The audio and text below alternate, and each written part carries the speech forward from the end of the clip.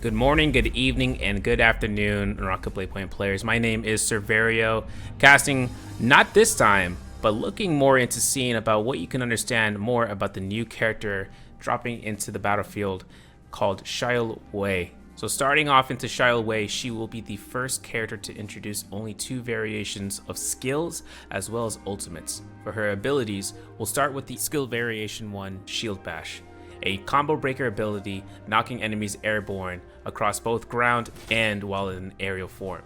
This ability can be used while under attack, so keep in caution about utilizing it into a fight and disrupting enemies from being able to initiate a way of setting you up for an infinite or to harm you to be at a low enough health where they can take advantage of your positioning. For her skill variation 2, it will be called Shield Bash Rush, where Shayol dashes forward for 3 seconds. When she reaches the end of her charge, or if she hits an enemy, she can unleash a combo attack. A successful combo increases the skill's cooldown with 8 seconds increase.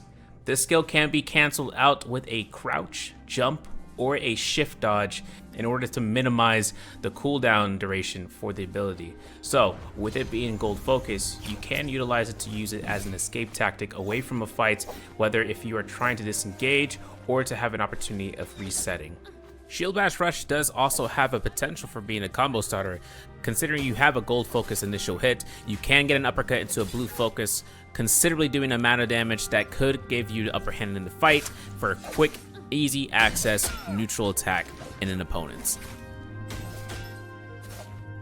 For Shayol Wei, her first ultimate variation is called Justinas Guard.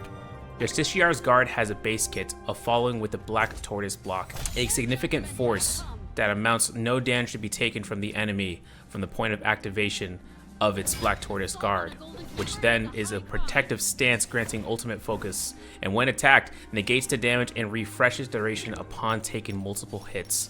While the guard is active or while Shayol interrupts this effect with a dodge, if Shayol activates her ultimate button again, she will activate Lockdown Counterattack, a technique that's able to grab multiple opponents in one fell swoop, with the cost of it only being considered for 1 Black Tortoise Guard activation.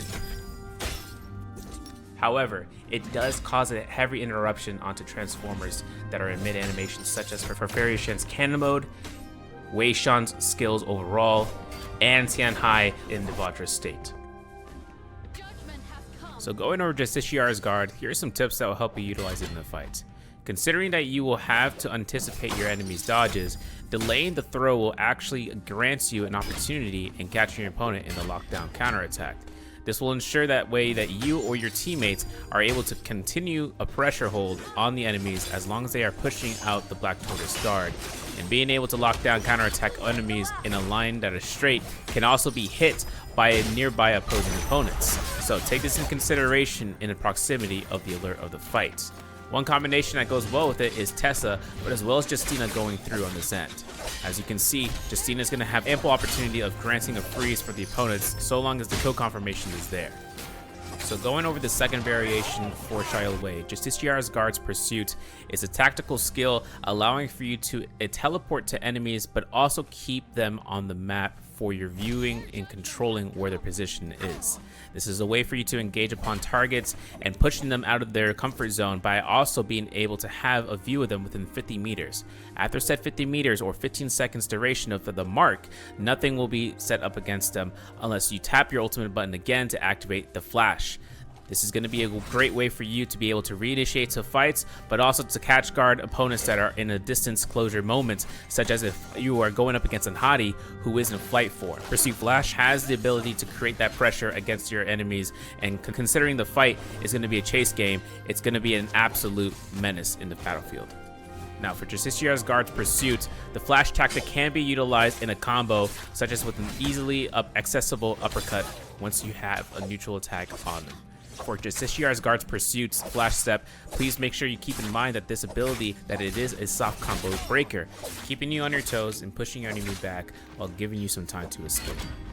With its many capability, Justinas Guard's Pursuit has an offensive and defensive measure, so make sure you use it wisely while confirming kills or to give yourself some spacage in terms of repositioning into a fight by resetting or reinitiating.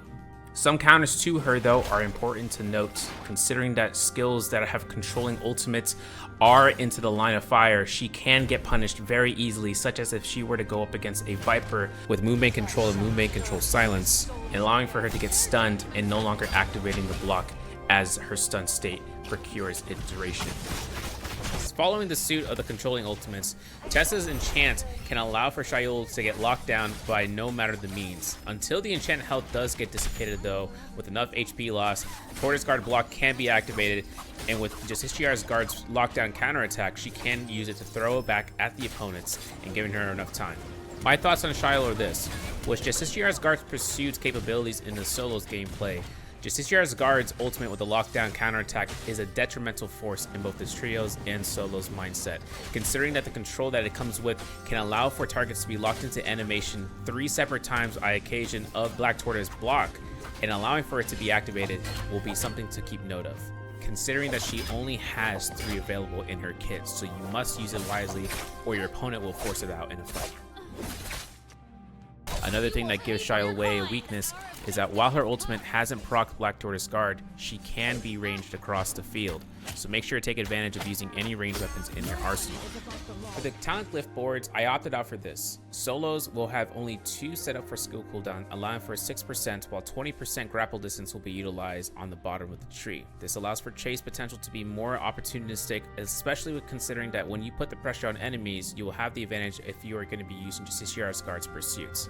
Now, in understanding how you can utilize this in duos, I opted out for a build to have more of a hybrid sense and allowing for you to have just enough dodges to have 3 rolls, but also to build out rage in fights that can concisely go for a long time and giving you enough time to build it back up.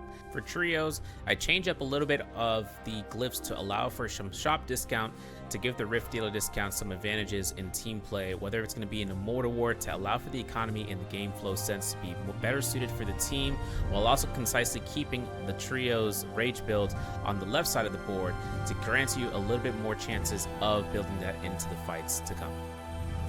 That being said, Shayol Wei will be a menace and providing an asset for the team for the control that she does involve in the placing out. I will see you guys in the battlefield, and with that, my name being Severio, I'm signing off here to see you guys boundless and unchained.